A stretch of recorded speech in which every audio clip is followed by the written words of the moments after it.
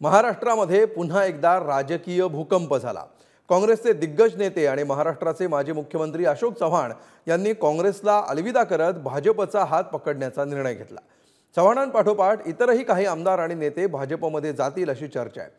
भारत काँग्रेस मुक्त करता करता आता भाजप मात्र काँग्रेस युक्त होत चालल्याची चर्चा महाराष्ट्रामध्ये सध्या रंगली आहे। जन्माला आलेल्या प्रत्येकाला मरायचंच आहे हे सगळ्यांना माहीत असतं। त्याच धर्तीवर आता महाराष्ट्रात एक नवी म्हण जन्म घेतेय। कुठल्याही पक्षात राजकीय कारकीर्द घडली तरी शेवटी प्रत्येकाला भाजपमध्ये जायचं असतं अशी चर्चा राज्यात सुरू आहे। बरं, ही चर्चा करणाऱ्यांची तोंड बंद करणार तरी कशी? आता हे ताजं उदाहरणच घ्या। महाराष्ट्राचे मुख्यमंत्री काँग्रेसचे एकेकाळचे प्रदेशाध्यक्ष अशोक चव्हाण हे भाजपात जातील अशी काही वर्षांपूर्वी तुम्ही कल्पना तरी केली होती का? तुम्ही सोडा, त्यांनीही कधी अशी कल्पना केली नसेल। राधाकृष्ण विखे पाटील किंवा नारायण राणे हे काँग्रेस सरकारमध्ये हेवीवेट मंत्री राहिलेले नेते भाजपमध्ये जातील याचा भाजपानं तरी पूर्वी विचार केला असेल का? पण सत्य हे कल्पनेपेक्षा अद्भुत असतं हेच खरं। मी आज काँग्रेस पक्षाच्या विधानसभेच्या सदस्यत्वाचा आज राजीनामा अध्यक्षांना भेटून दिलेला आहे आणि त्यानंतर मी काँग्रेस वर्किंग कमिटी, काँग्रेसच्या प्राथमिक सदस्यत्व याचा मी राजीनामा आणि विधिमंडळ काँग्रेस पक्षाच्या सदस्यत्वाचा राजीनामा आज मी दिलेला आहे। यापुढची राजकीय दिशा मी 1-2 दिवसांमध्ये निर्णय घेईल। अद्याप मी ठरवलं नाही, मला काय अवधी लागेल। 2 दिवसामध्ये मी माझी राजकीय भूमिका पुढची काय असेल याबद्दल निवेदन देईन।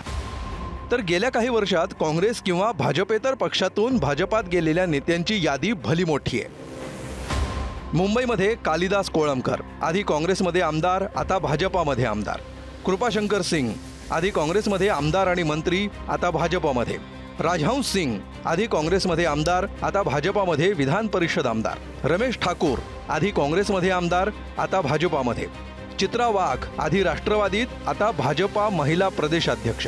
प्रसाद लाड, आधी राष्ट्रवादीत आता भाजपामध्ये आमदार।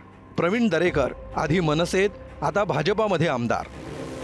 ठाणे कपिल पाटील, आधी राष्ट्रवादीत आता भाजपमध्ये केंद्रात राज्यमंत्री। गणेश नाईक, आधी राष्ट्रवादीत आता भाजपामध्ये आमदार। किसन कथोरे, आधी राष्ट्रवादीत आता भाजपमध्ये आमदार। पुण्यात लक्ष्मण जगताप, आधी राष्ट्रवादीत आता त्यांच्या पत्नी अश्विनी जगताप भाजप आमदार। महेश लांडगे, आधी राष्ट्रवादीत आता भाजपामध्ये आमदार। नाशिकमध्ये भारती पवार, आधी राष्ट्रवादीत आता भाजपामध्ये केंद्रात राज्यमंत्री। राहुल ढिकले, आधी मनसेत आता भाजपामध्ये आमदार।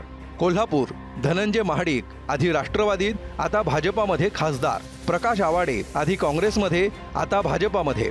समरजित सिंह घाडगे, आधी शिवसेनेत आता भाजपामध्ये।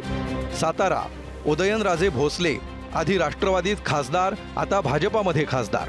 शिवेंद्रराजे भोसले, आधी राष्ट्रवादीत आता भाजपामध्ये आमदार। अतुल भोसले, आधी काँग्रेसमध्ये आता भाजपामध्ये। जयकुमार गोरे, आधी काँग्रेसमध्ये आता भाजपामध्ये आमदार। रणजित सिंह निंबाळकर, आधी काँग्रेसमध्ये आता भाजपामध्ये खासदार। सिंधुदुर्ग नारायण राणे, आधी काँग्रेसमध्ये मंत्री आता राज्यसभा खासदार आणि केंद्रीय मंत्री। नितेश राणे, आधी काँग्रेसमध्ये आमदार आता भाजपा आमदार। रायगड प्रशांत ठाकूर, आधी काँग्रेसमध्ये आमदार आता भाजपामध्ये आमदार। धुळे सुभाष भामरे, आधी शिवसेनेत आता भाजपामध्ये खासदार। अमरीश पटेल, आधी काँग्रेसमध्ये आता भाजपामध्ये आमदार। नंदुरबार विजयकुमार गावित, आधी राष्ट्रवादीत आता भाजपामध्ये मंत्री। हिना गावित, आधी राष्ट्रवादीत आता भाजपामध्ये खासदार। अहमदनगर राधाकृष्ण विखे, आधी काँग्रेसमध्ये मंत्री विरोधी पक्षनेते आता भाजपामध्ये मंत्री। मोनिका राजळे, आधी काँग्रेसमध्ये आता भाजपामध्ये आमदार। वैभव पिचड, आधी राष्ट्रवादीचे आमदार आता भाजपामध्ये। बबनराव पाचपुते, आधी राष्ट्रवादीत आमदार आता भाजपमध्ये आमदार। तर ही भली मोठी यादी ऐकल्यानंतर तुम्हाला वाटेल की भाजपात गेलेल्यांपेक्षा न गेलेल्यांची यादी सांगितली तर ती लवकर संपेल। एकीकडे देशात 400 जागा जिंकण्याचा विश्वास भाजपाला असताना काँग्रेसच्या नेत्यांची गरज का लागते असा सवाल भाजपाचे टीकाकार विचारतायत। तर या नेत्यांना घेण्यामागचं नेमकं गणित सांगताना भाजपा नेत्यांनाही चांगलीच कसरत करावी लागतीये। या परिवर्तनाविषयी समजा जे काही बदल होत असतील त्याविषयी प्रत्येक वेळी आढावा घेणं, चिंतन करणं आणि जर काही चिंतेचे मुद्दे असतील तर त्याची योग्य दखल घेणं हे आमच्याकडे नेहमीच घडतं। सगळ्यात चिंता आणि सगळं चिंतन हा काही पब्लिक कन्झम्पशनचा विषय नसतो, ते आम्ही घरामध्ये करतच असतो। कुठल्याही घरामध्ये ज्यावेळी एखादा पेचप्रसंग उद्भवतो तो घरातच सोडवला जातो, त्याची बाहेर चर्चा करत नाही, ती करण्याची गरज आहे नाही। पेचप्रसंग सोडवणं महत्त्वाचं असतं, त्याप्रमाणे आम्ही करतो। थोडक्यात काय तर काँग्रेसला जितके वाईट दिवस आलेत तितके वाईट दिवस काँग्रेस नेत्यांना मात्र आलेले नाहीत।